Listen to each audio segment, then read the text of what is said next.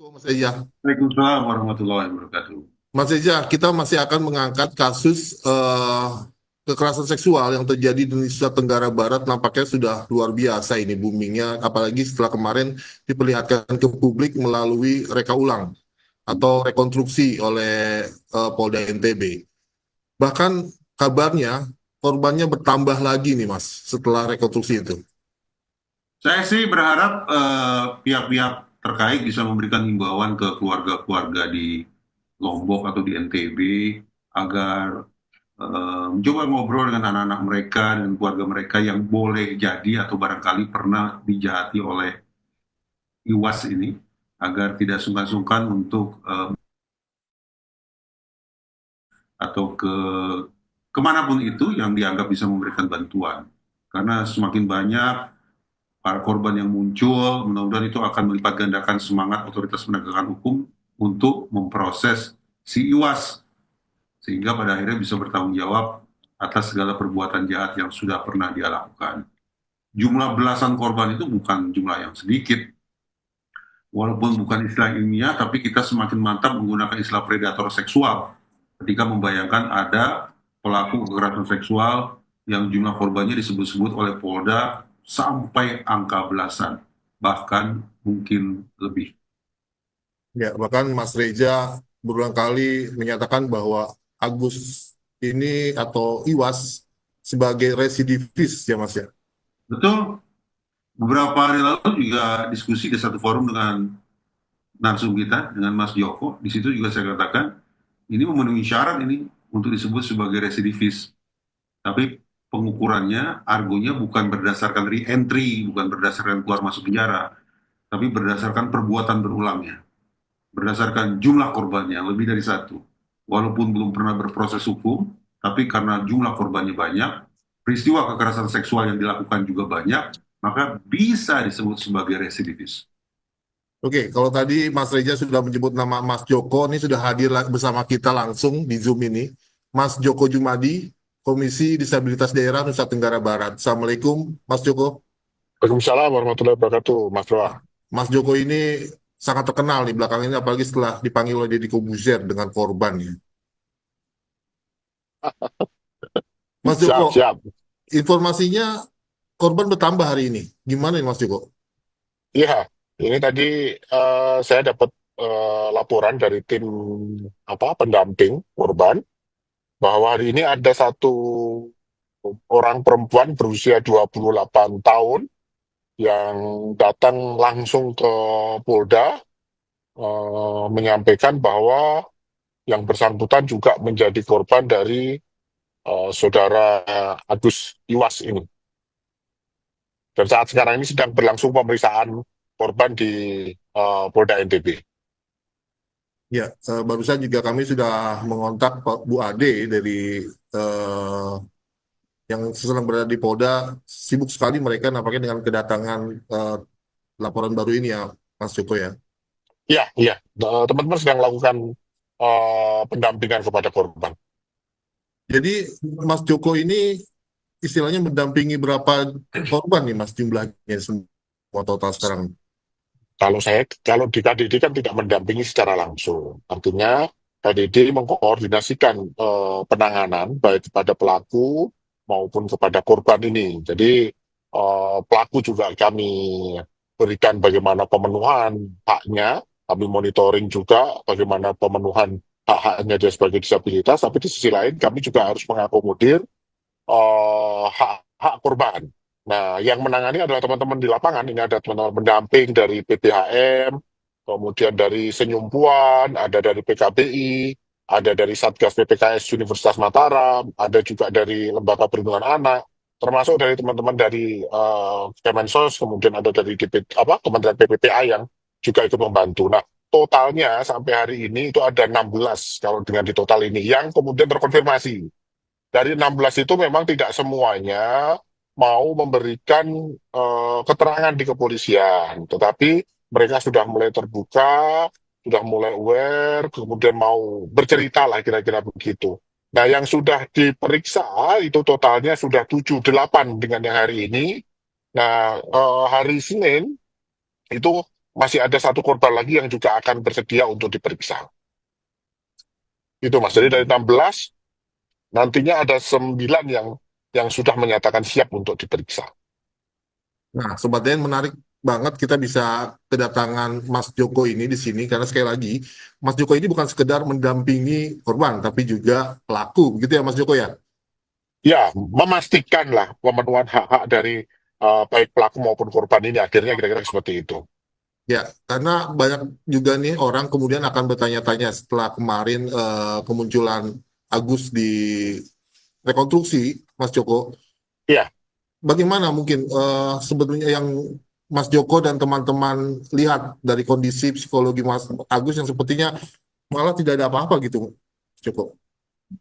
ya, harusnya nanti yang menjelaskan Mas Reza itu melihat bagaimana apa cara dan bagaimana sikap Agus itu ya. Tetapi dalam konteks ini kan sekali lagi dari awal sudah saya sampaikan bahwa ada dua dua dua pendapat, dua satu dari sisi pelaku menyatakan betul, memang sebenarnya dua-duanya sudah menyatakan bahwa telah terjadi itu persetubuhan, perbuatan cabul itu sudah terjadi. Cuman yang satu menyatakan itu korban menyatakan bahwa itu dia dimanipulasi, dia mendapatkan tekanan, dia mendapatkan bujuk rayu tipu muslihat, tapi di sisi lain si pelaku Agus menyatakan bahwa itu adalah dia lakukan suka sama suka, tapi dia mengakui bahwa itu terjadi persetubuhan atau perbuatan cabul. Nah, inilah yang nanti akan diujikan oleh pengadilan.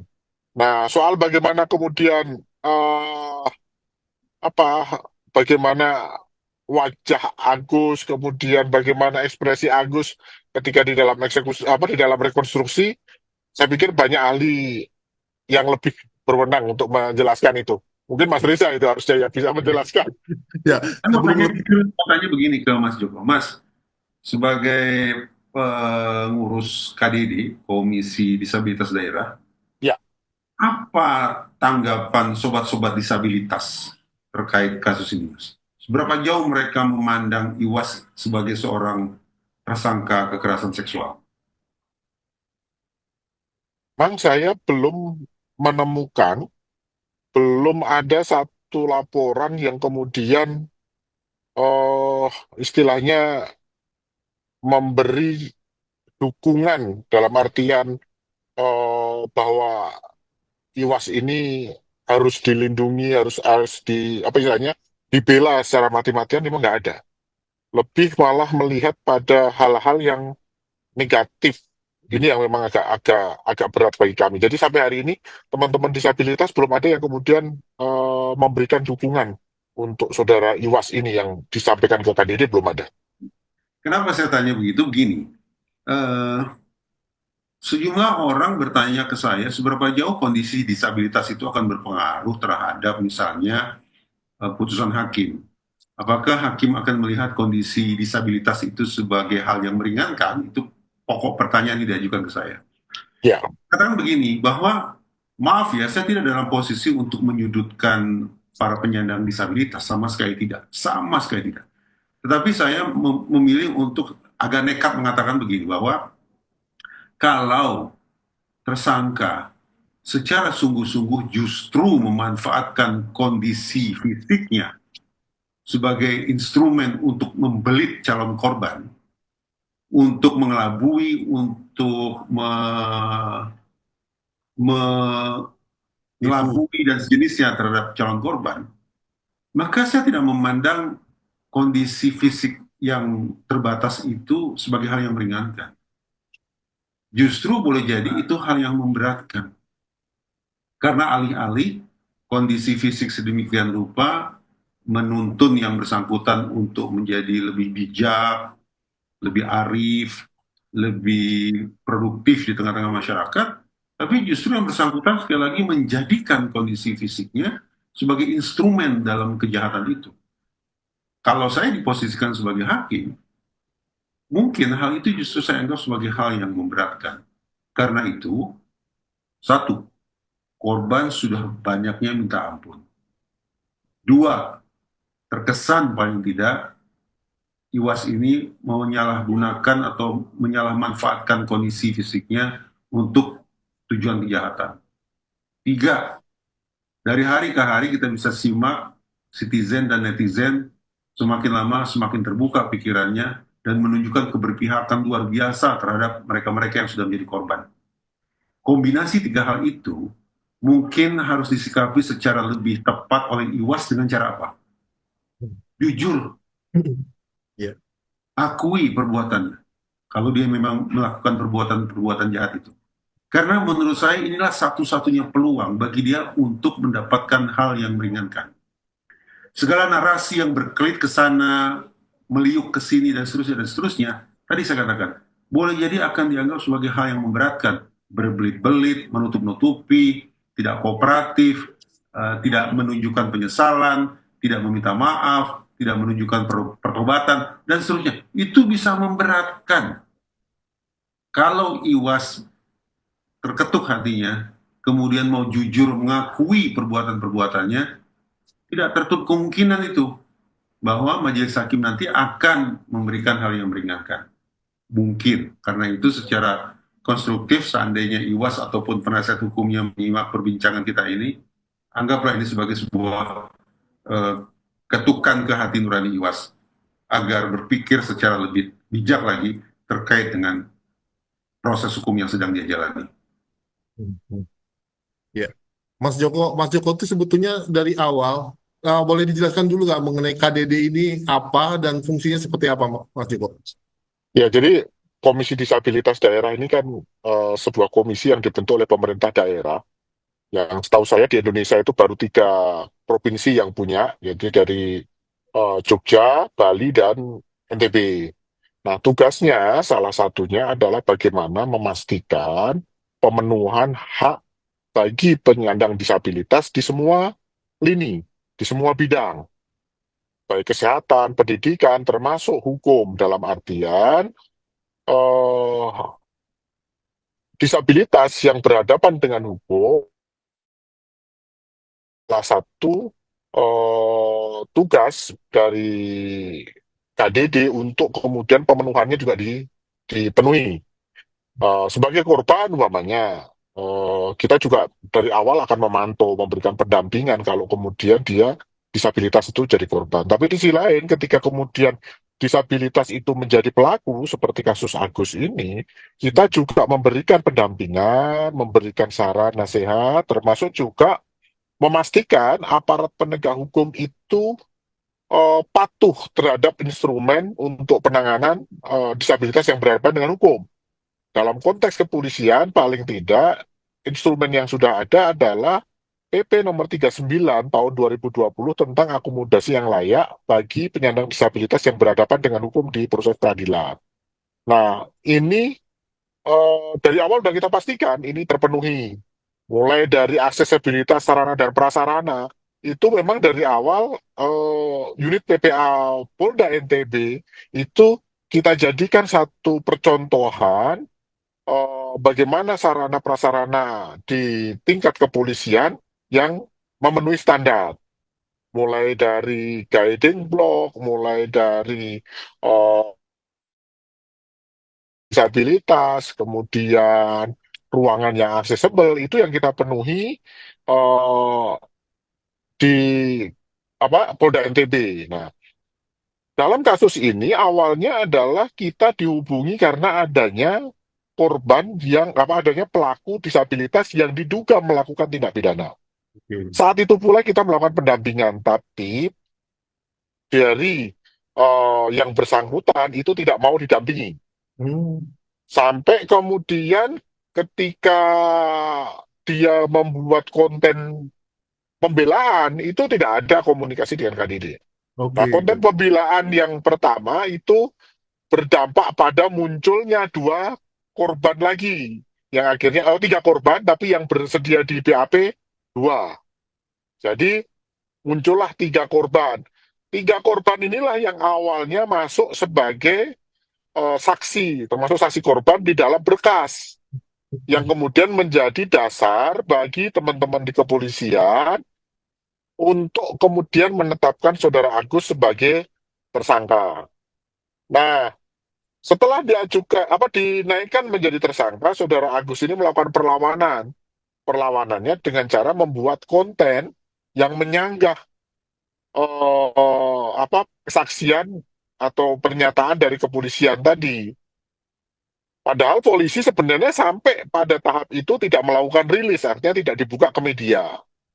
Jadi yang membuka kasus ini, memang yang memviralkan kasus ini memang adalah saudara Agus. Tetapi dampak dari viralnya saudara Agus ini bukan kemudian mengurangi atau kemudian bisa membantu saudara Agus, tapi malah berbalik. Jadi konten yang dibuat oleh saudara Agus itu kemudian disikapi oleh masyarakat memang kemudian menjadi viral. Setelah viral, korban-korban yang awalnya diam itu berani kemudian bicara. Akhirnya muncullah yang tadi saya sebutkan 16 korban. Nah, KDD tidak bisa kemudian tinggal diam juga, kemudian membiarkan korban tidak tertangani. Maka kemudian KDD dalam hal ini tidak menangani secara langsung para korban, tetapi bagaimana kemudian memfasilitasi para korban untuk mendapatkan layanan yang ada di pemerintah, baik di pemerintah provinsi, pemerintah kabupaten, maupun pemerintah pusat, termasuk lembaga-lembaga yang terkait dengan hal itu. Itu kira-kira Mas Roa. Mas Joko, pernah nggak kasus seperti ini menimpa disabilitas yang lain? Maksudnya sebagai pelaku, kemudian haknya tidak terpenuhi sebagai warga negara. Pernah Mas, umpamanya contoh sekarang ini kami juga kesulitan tuh, ada disabilitas rungu wicara. Hmm. Tetapi sampai hari ini kami kesulitan untuk mendapatkan tenaga untuk penerjemah. Karena penerjemah yang resmi memang dia tidak memahami BISI atau BISINDO, umpamanya si korbannya, sehingga kemudian tidak ada yang bisa menerjemahkan itu. Harusnya orang tua bisa melakukan itu, tapi ternyata orang tua juga tidak begitu memahami apa yang dilakukan atau apa yang diucapkan oleh si pelaku. Saat sekarang ini yang disabilitas pelaku yang masih berproses di kepolisian di NTB secara total itu ada 4 Hmm. yang sekarang sedang berjalan. Itu ada yang tunarungu wicara, ada juga yang dianggap ODGJ. Tapi ini setelah hasil pemeriksaan kemarin dinyatakan dia dia mampu untuk bertanggung jawab. Jadi kasus di masyarakat ada yang jadi korban juga.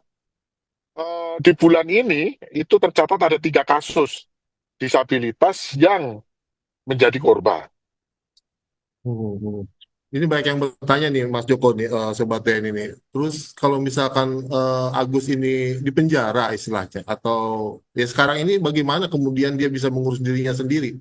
Siapa Nah, yang inilah yang sedang kita coba komunikasikan dengan Kementerian Hukum dan HAM. Alternatif terjelek kalau kemudian Agus ini harus masuk penjara, apa yang harus kita lakukan? Sarana dan prasarana apa yang harus sudah siap? Nah, ini yang sedang kita kita bicarakan dengan Kementerian Hukum dan HAM. belum ada?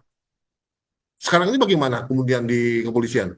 Nah, kalau di kepolisian sepertinya dia akan sampai akhir penyidikan kelihatannya tidak akan dilakukan penahanan rutan. Tetapi kemungkinan kejaksaan melakukan penahanan rutan ini sangat besar. Sehingga kita harus mempersiapkan infrastruktur mengarah kepada kalau saudara Agus harus masuk tahanan. Ya mau nggak mau, suka nggak suka, opsi itu harus kita kita ambil untuk langkah persiapan daripada nanti betul dilakukan penahanan, sedangkan di apa lembaga pemasyarakatan maupun rutan tidak siap, kan repot kita. Hmm. Berarti saat ini Agus tetap kembali ke rumah. Sampai 40 hari ke depan Agus kembali di rumah. Ya mudah-mudahan kita kan berharap kasus ini cepat selesai ya, cepat P21, kemudian berproses di pengadilan sehingga kemudian bisa ditemukan bagaimana kebenaran yang sesungguhnya. Hmm, hmm. Mas Reza, kembali ke tadi pertanyaan saya ke Mas Joko, melihat Agus yang sepertinya setelah bertambah korbannya, bahkan sampai ke rekonstruksi, tidak menunjukkan tanda-tanda dan masih membantah terjadinya kasus itu, bagaimana tanggapan Mas Reza, Mas? Ya kemungkinannya hanya dua kan, apakah Iwas ini melakukan atau tidak melakukan.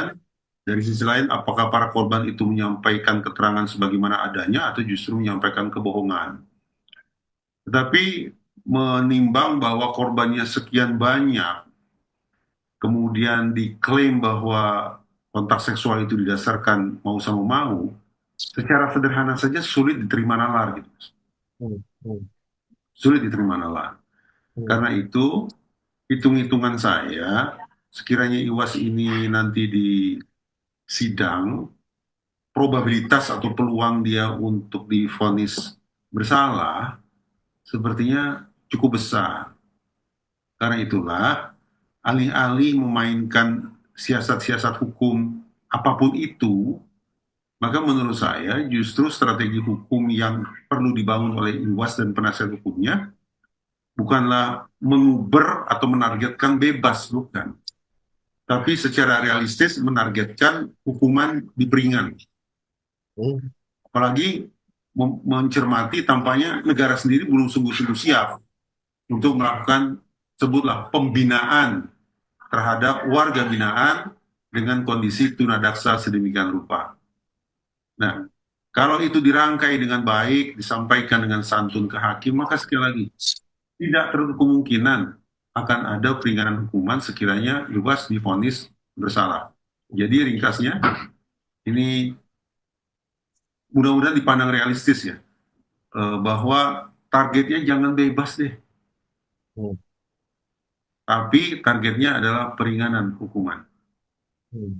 Dan untuk mencapai target itu mutlak adanya bagi terdakwa, bagi Iwas kalau dia duduk di kursi itu nantinya, mutlak dia harus mengakui perbuatannya. Kalau dia tidak mengakui perbuatannya, berabe gitu. Gitu, Mas. Ya, kita tetap menggunakan praduga tidak bersalah mungkin Mas Reza, tapi nampaknya kalau dengan seperti itu untuk pelaku-pelaku disabilitas istimewa dalam hukum atau gimana jadinya kalau kita belum siap? Ibu hamil itu mendapatkan juga atensi khusus. Belum lama saya hadir di salah satu persidangan sebagai ahli, terdakwanya dalam kondisi hamil besar. Nah, lalu saya memberikan perspektif bagaimana proses penegakan hukum sepatutnya dijalankan bagi terdakwa yang dalam kondisi hamil. Satu.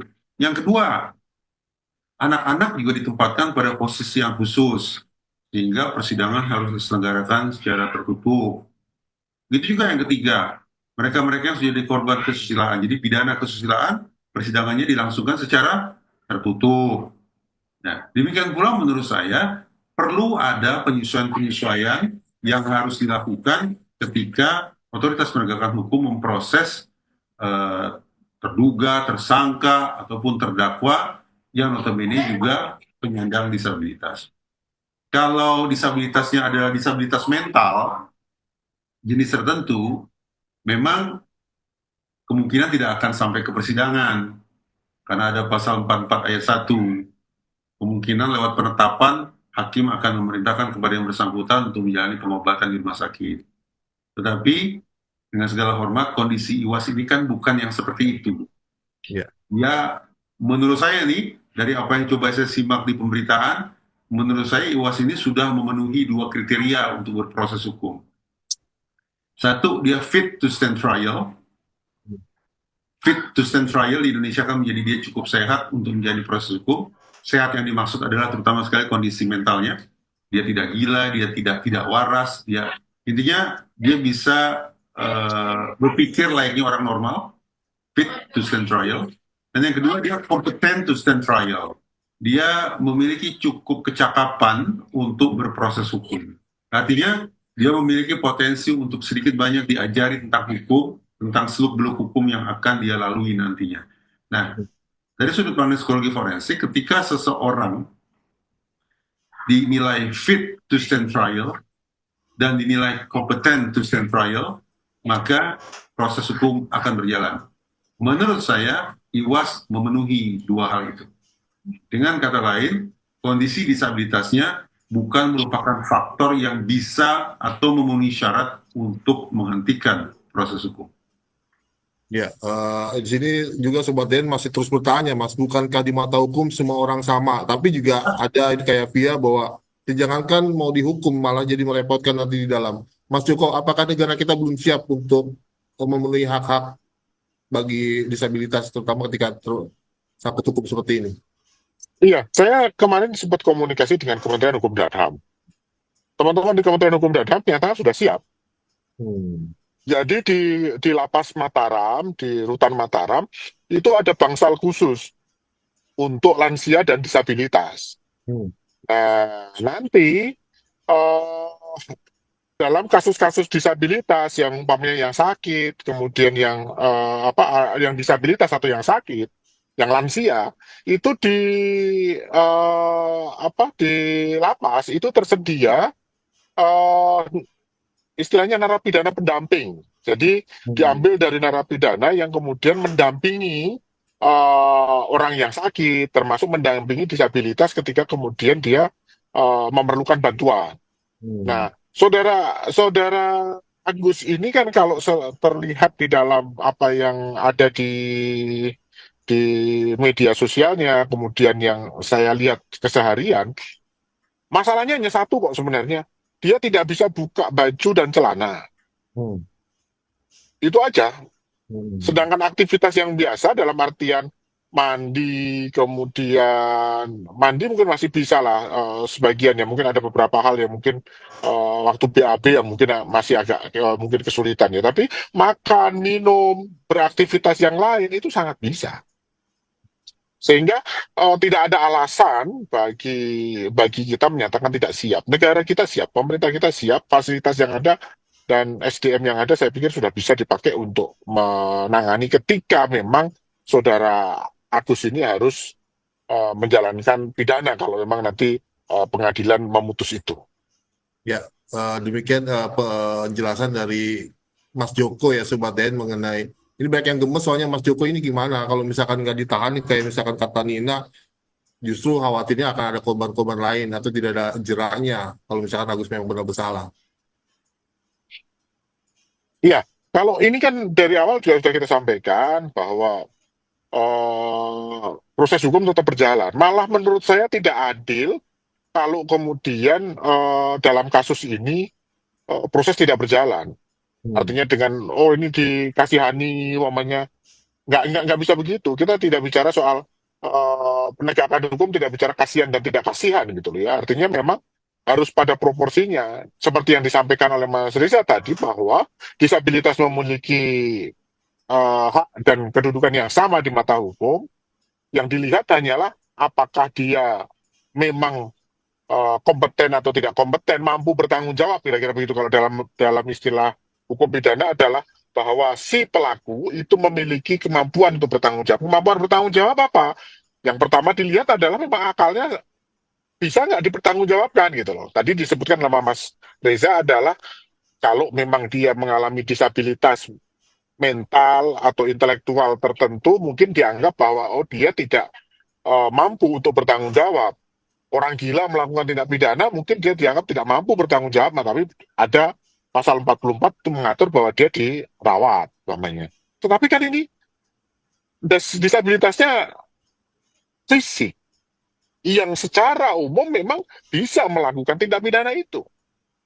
Atau umpamanya kalau tuduhannya lain umpamanya ini pemerkosaan, kemudian kalau pemerkosaan kan syaratnya ya ada penetrasi, tapi kemudian dia bisa dibuktikan bahwa memang dia tidak melakukan itu, umpamanya dia tidak bisa, hasrat seksualnya sudah tidak ada, umpamanya.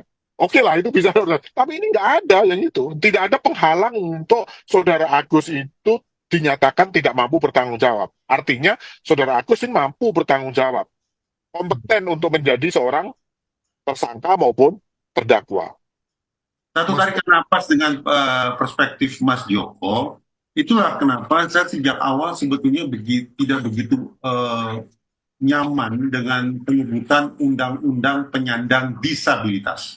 hmm. Saya masih ingat itu. Hmm. Salah satu konsideran undang-undang penyandang disabilitas mengatakan bahwa kurang lebih undang-undang sebelumnya itu memandang bahwa orang-orang cacat itu sebagai orang yang serba tidak berdaya, serba tidak mampu. Ya, Sementara undang-undang yang baru ini akan memposisikan saudara-saudara kita yang punya keterbatasan itu pada posisi yang lebih luhur, yang lebih manusiawi. Namun sayangnya istilah yang dipakai adalah disabilitas. Disability. Disable, kan berarti kan tidak mampu. Mampu. Nah, padahal kita diajak untuk melihat warga yang punya kondisi berbeda ini sebagai orang yang sebetulnya punya kemampuan. Mampu Difabel. bekerja, tapi dengan cara yang berbeda. Mampu belajar, tapi dengan cara yang berbeda. Mampu hidup dalam sebuah keluarga, namun dengan cara yang berbeda. Termasuk bisa melakukan kejahatan dengan cara yang berbeda. Berbeda. Nah, kalau kemudian kita pakai diksinya adalah difabilitas, bukan disabilitas, maka konsekuensinya negara betul-betul harus lihat Iwas ini sebagai orang yang able, dia mampu, dia punya kemampuan. Tinggal bagaimana kemudian negara mencoba memenuhi sisi perbedaan kemampuannya itu. Itu. Ini masih banyak yang bertanya, Mas Reza, Sobat Den, kayak dari Rahmah Tunisa ini sebenarnya seperti apa sih psikologis Agus? Pak Mas Joko mungkin komunikasi juga dengan pendamping-pendamping korban atau sudah berhadapan langsung dengan Agus, Mas Joko? Dengan Agus, dengan korban, ya saya berkomunikasi semua itu dua-duanya. Seperti Mas apa Joko, tolong dong bikin profil sedikit tentang Iwas ini seperti apa seperti sih? apa? Kok kita ini ngeliat monster gitu, tapi Iya. lain yang kita tidak ketahui. Jadi gini, Iwas ini usianya sekarang 22 tahun, usianya Iwas. Sekarang statusnya dia itu adalah mahasiswa semester 7. Iwas ini mengalami tunadaksa, dia tidak memiliki lengan total ya. Keduanya total tidak ada lengan sejak lahir. Jadi ini disabilitas sejak lahir. Jadi memang tidak memiliki tangan atau lengan sedikit pun. Jadi full sampai di pundak itu memang sudah tidak ada tersisa sedikit pun. Sehingga dia memang tidak bisa menggunakan organ tangan sama sekali. Tetapi karena dia sejak kecil dia sudah mengalami hal tersebut, maka yang disampaikan oleh Mas Reza tadi bahwa kemampuan tangan, fungsi tangan itu kemudian digantikan dengan fungsi kaki, digantikan dengan mulut. Itu. Jadi makan, minum, bahkan makan makanan yang berkuah, minum itu bisa dilakukan dengan kaki. Membuka makanan, umpamanya membuka snack gitu ya, snack yang kemudian ada pakai plastik gitu, itu bisa dibuka dengan menggunakan kaki. Tulisannya bagus, saya jempol tulisannya dia lebih bagus daripada tulisan saya. Kira-kira begitu. Tanda tangan, ketika dia tanda tangan konsisten, tidak kemudian menunjukkan ada perbedaan begitu, nggak konsisten dia. Bukan tanda tangan dong kalau begitu namanya. Tanda kaki. Iya. Kemudian kemampuan yang lain, saudara Iwas ini sangat luar biasa. Dia bisa memainkan beragam alat musik. Yang diakui tidak bisa itu hanya gitar, biola, itu dia tidak bisa. Saudara Iwas itu juga sempat saya lihat ada unggahannya sedang melakukan olahraga diving. Jadi fungsi-fungsi itu bisa dilakukan, termasuk mengendarai motor, itu bisa dilakukan sendiri. Jadi dia ke kuliah itu naik motor sendiri. Itu. Jadi termasuk sebenarnya disabilitas yang cukup mandiri saudara Iwas ini. Maka selain kuliah, dia juga mengajar di salah satu SMK, mengajar seni. Jadi sangat luar biasa kalau dilihat dari profilnya. Artinya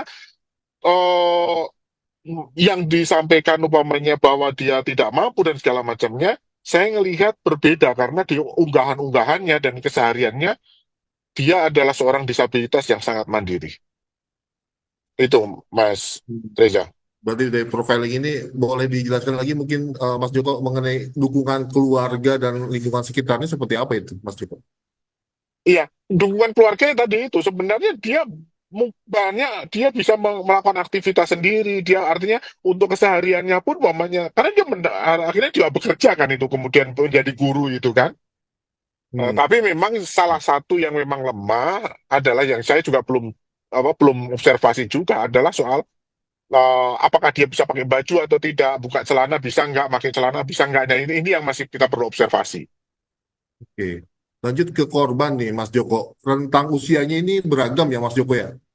Beragam, ada yang usia paling paling kecil ini 13 ya, yang saya monitor. Kelahiran tahun 2000 berapa? 2011, ya 13, betul. Kemudian yang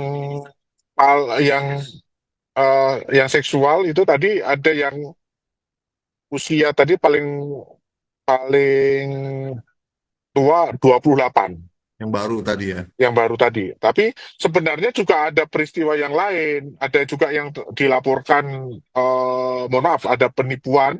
Hmm.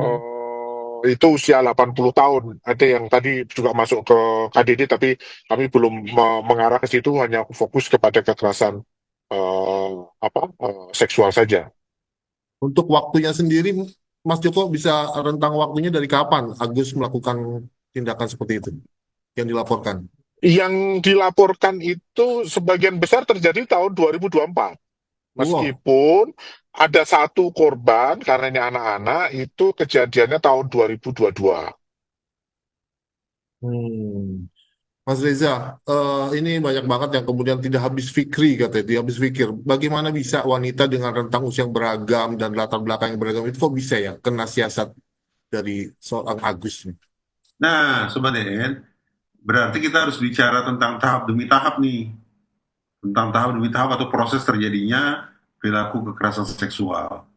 Kenapa kita penting karena mencermati hal ini? Karena tidak sedikit orang yang mengatakan, nggak mungkin lah penyandang disabilitas melakukan kekerasan seksual. Anggapan itu muncul karena kita buru-buru berfantasi, berimajinasi tentang tahap keempat. Hmm.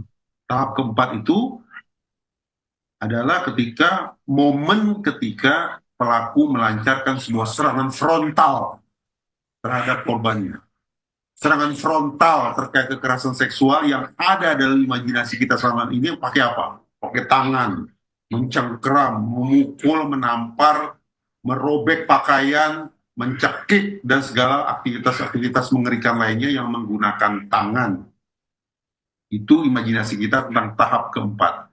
Nah, dengan imajinasi yang langsung lompat, langsung potong kompas ke tahap keempat itu memang kita jadi menganggap nggak mungkin dong orang yang tidak punya tangan, maaf, melakukan kekerasan seksual. Tapi sekarang kita coba mulai dari tahap pertama ya. Tahap pertama adalah intention. Ketika seseorang dalam konteks ini, karena kita sedang berbincang tentang IWAS, adalah seorang penyandang disabilitas yang muncul niat-niat jahatnya. Niat jahat dimaksud ya, yang paling sederhana adalah niat seksual, motif seksual. Berlanjut ke tahap kedua, preparation, persiapan. Di tahap kedua ini, yang bersangkutan mulai menimbang-nimbang modus mana yang saya mau pakai. Apakah modus kekerasan ataukah modus grooming behavior. Kalau modus kekerasan yang saya pakai, target, sasaran, calon korban pasti menjauh karena takut. Hmm. Saya menggunakan ancaman, menggunakan kekerasan, menggunakan intimidasi, ya sasaran pasti kabur kan? Hmm. Padahal kan saya ingin mendekati dia. Hmm. Karena itu, modus pertama saya kesampingkan, modus kedua yang saya pakai yaitu grooming behavior. Ketika seorang calon pelaku memakai grooming behavior, maka dia tidak berusaha menakut-nakuti targetnya, tapi justru dia mencoba untuk mengelabui targetnya, menawarkan pertemanan, mengajak untuk menjadi sahabat baik, memberikan kehangatan, menjanjikan perlindungan, mengirim hadiah, atau perilaku-perilaku grooming lainnya yang membuat si target, si sasaran itu justru merasa ini orang baik nih, ini bukan orang jahat. Nah, itu yang dipakai agar korban mendekat, agar korban masuk dalam penguasaan si pelaku. Nah, studi menunjukkan bahwa memang grooming behavior merupakan modus yang paling sering dipakai oleh pelaku kekerasan seksual. Hmm. Jadi Sobat DN, mulai sekarang kita perlu koreksi imajinasi kita tentang pelaku kekerasan seksual. Kalau sebelumnya kita anggap pelaku ini sebagai monster, iblis, titisan setan, segala macam, sekarang hati-hati. Justru orang yang berpembawaan santun, yang ramah, yang tutur katanya sopan, itulah yang mungkin melakukan grooming behavior guna mengelabui kita agar bisa dia mangsa. Ya, jadi hati-hati terhadap grooming behavior, terhadap para groomer, karena mereka inilah yang justru inilah modus yang paling sering dipakai. Nah, berlanjut ke tahap ketiga, attempt, yaitu usaha, ikhtiar konkret yang dilakukan si pelaku untuk menarik calon korbannya ke dalam konteks kekuasaan yang dia punya. Bawa ke homestay, bawa ke rumahnya, ayo temani saya naik motor, boncengi saya, itu sebetulnya merupakan tahap ketiga, attempt.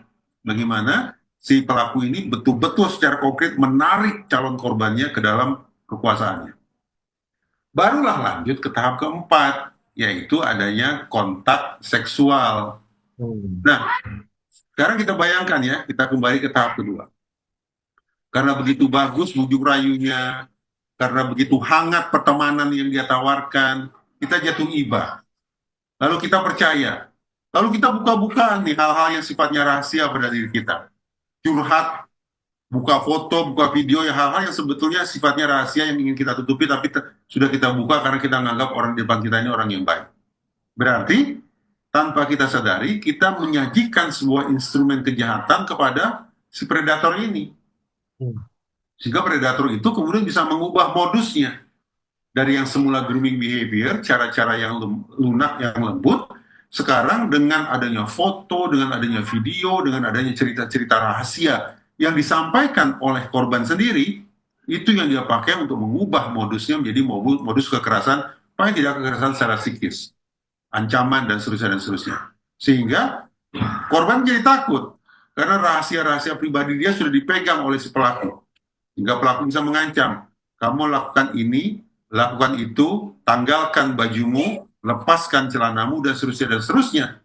Karena kalau tidak, maka si pelaku akan buka-bukaan, fotonya akan disebar, cerita-cerita buruknya akan disebar, dan seterusnya, dan seterusnya.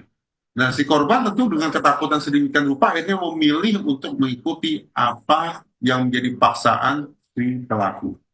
Hmm. Jadi kita bisa bayangkan, sekarang Sobat DN, jangan buru-buru langsung potong kompas ke tahap keempat, tapi Ya. bayangkan bagaimana seorang pelaku kekerasan seksual betul-betul mengandalkan kecakapan berpikir yang dia punya, betul-betul memanfaatkan kecerdasan yang dia punya untuk menguasai target.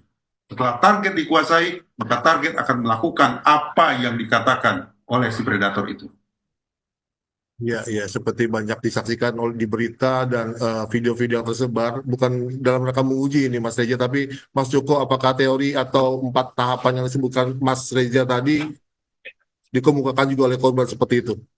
Ya, itu yang tadi saya katakan dan mulai dari dia kenalan, kemudian dia mengiba, menyatakan dia disabilitas dengan apa yang dia punya, itu sangat tersiksa, kira-kira begitu kan.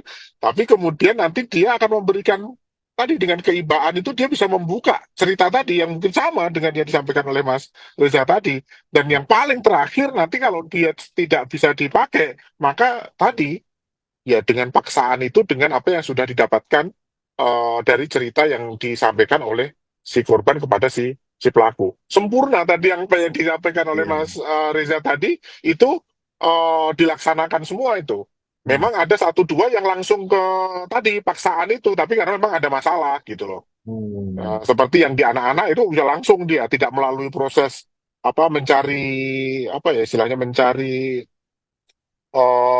kepercayaan dari si korban, tapi Hmm. langsung kemudian memaksa korban dengan ancaman-ancaman. Itu ada memang satu. Tapi yang lainnya, 4 tahapan itu dilakukan secara sempurna. Nah, memang sebagian korban tidak sampai ke tahap keempat. Ada Hmm. yang sampai tahap ketiga sudah melarikan diri. Nah, ini juga sudah ada gitu loh. Nah, Hmm. mungkin sebagian baru tahap 1, sudah melari gitu. Tapi sekilas dari para korban yang menyampaikan ke kami itu apa yang dikemukakan Mas Reza itu pas sesuai di situ gitu. Mas Joko, apa yang menyebabkan mereka kemudian tutup mulut atau tidak langsung melapor setelah kejadian yang lainnya itu? Ya dengan melihat dia disabilitas itu sebagian beranggapan kalau dia ngelapor dia nggak akan ada yang percaya. Oke. Itu yang kemudian para korban ini nggak berani untuk bercerita itu. Nah, ketika ada satu yang memulai, itu kemudian menjadi semacam apa memberikan kekuatan kepada para korban untuk kemudian berani untuk mengungkapkan. Fenomenanya itu yang terjadi sebenarnya sekarang ini. Ya. Oke, terima Saya kasih banyak menambah ini. sedikit ya. Ya. Sebelumnya kan saya sudah mengangkat narasi tentang ada tidak kemungkinan otoritas penegakan hukum kita menggunakan sebutan residivis Hmm. untuk tersangka Iwas ini. Itu satu. Yang kedua, sekali lagi saya bersimpati terhadap siapapun, termasuk Iwas yang punya kondisi fisik berbeda. Pada aspek itu saya bersimpati. Tapi saya perlu tandaskan ulang bahwa kita semua ini termasuk penyandang disabilitas pada dasarnya adalah sama di hadapan hukum. Sama di hadapan hukum. Karena sama di hadapan hukum, maka saya mengajak, ayo dong, jangan sedikit-sedikit kita bicara tentang disabilitasnya. Itu bukan berarti tidak relevan, tapi jangan terus-menerus pada aspek itu kita perbincangkan. Ya. Faktanya, berdasarkan keterangan atau penjelasan dari kepolisian, orang ini kan sudah memangsa sekian banyak perempuan. Alhasil, kita punya alasan kuat untuk tidak lagi semata-mata atau terus-menerus bicara tentang disabilitas. Tapi kita lebih relevan, lebih bermanfaat bicara tentang orang ini sebagai orang dengan potensi kebahayaan yang amat sangat tinggi. Karena itu coba dicek. Satu, ini namanya risk assessment nih. Assessment atau penakaran resiko. Dicek. Sebetulnya agresivitas alias potensi agresifnya Iwas ini seperti apa. Kedua, resiko residivismenya kalau nanti selesai masa hukuman, kemungkinan mengulangi perbuatannya akan seperti apa. Dan yang ketiga, program apa yang sepatutnya dikenakan kepada orang semacam ini. Bagi saya pribadi, ketika bicara tentang hal yang ketiga, program apa yang bisa dikenakan bagi pelaku kekerasan seksual, saya percaya tidak ada program yang mujarab. Hmm. Posisi saya di situ. Ya kita bisa saling beradu referensi ya, tapi dari referensi yang saya simpan di kepala, saya memandang hingga saat ini belum ada program yang sungguh-sungguh efektif atau mujarab untuk mengatasi perilaku kekerasan seksual, apalagi yang sifatnya berulang. Nah, Hmm. ini loh yang ingin saya katakan sekarang, narasi kesemutan narasi baru yang ingin saya angkat, bahwa kita jangan terus-menerus semata-mata bicara disabilitas, disabilitas, disabilitas, dan seterusnya. Bukan berarti tidak relevan, tapi kita pandang orang ini sebagai orang yang telah menjahati sekian banyak orang. Jadi jauh lebih penting kita soroti potensi kebahayaannya ketimbang kondisi disabilitasnya. Paripurna. Mas Joko mungkin penutup, kalau misalkan tadi Mas Reja bilang soal poin nomor 3 tidak ada program atau ini, kalau dari KDD sendiri program apa yang mungkin akan ditawarkan untuk Agus atau Iwas ini?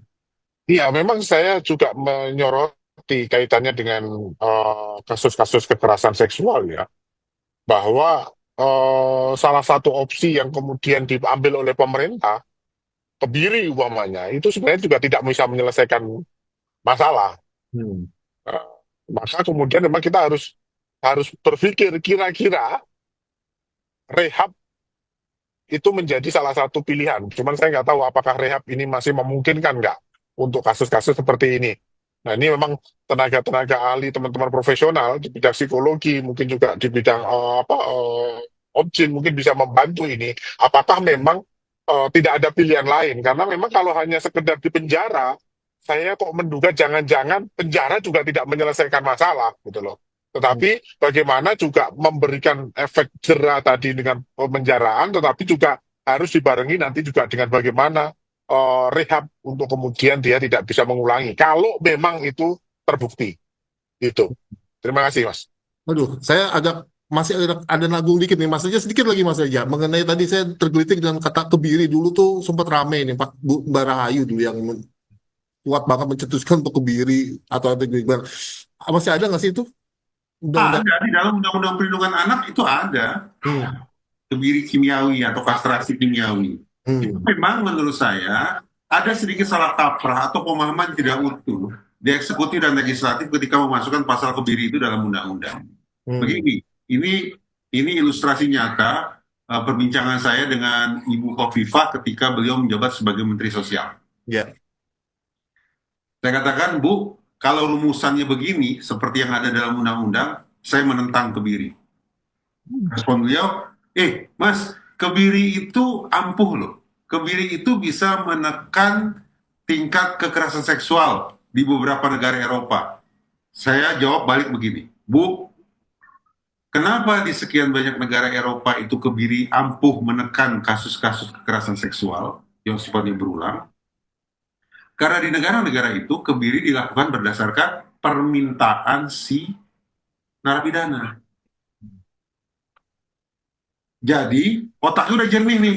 Iya ya, ternyata selama ini saya sudah menjadi monster yang berbahaya. Isi otaknya sudah lurus, tapi isi celananya tetap ngawur. Betul ini.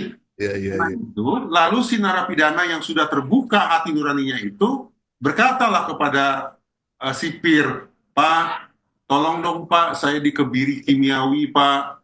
Otak saya sudah lurus sekarang. Saya sudah mengakui kesalahan saya.